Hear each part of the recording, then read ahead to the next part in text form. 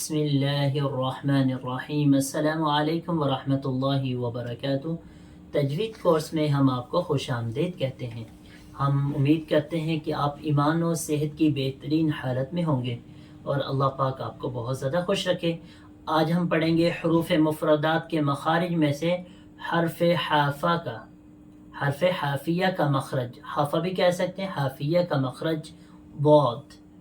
اور یہ لفظ عام الفاظ سے تھوڑا سا مشکل ہے، لیکن اگر آپ مشق کریں، اس کی پریکٹس کریں تو انشاءاللہ انتہائی آسان ہونے والا ہے۔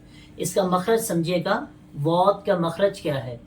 زبان کی کروٹ اور اوپر کی داڑھوں کی جڑ اس سے ادا ہوتا ہے۔ زبان کی کروٹ اور اوپر والے دانتوں کی جڑ اس سے ادا ہوتا ہے۔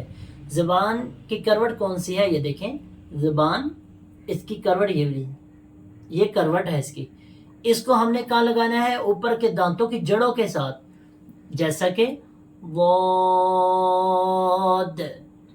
واد۔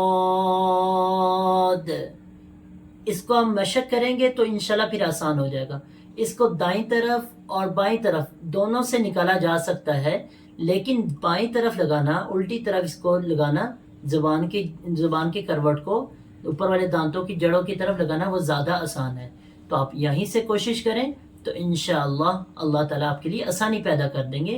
تو آپ نے اس کو یاد رکھنا ہے، ضاد کے مخرج کو زبان کی کروٹ اور اوپر والے دانتوں کی جڑ، اس سے یہ ضاد ادا ہوتا ہے۔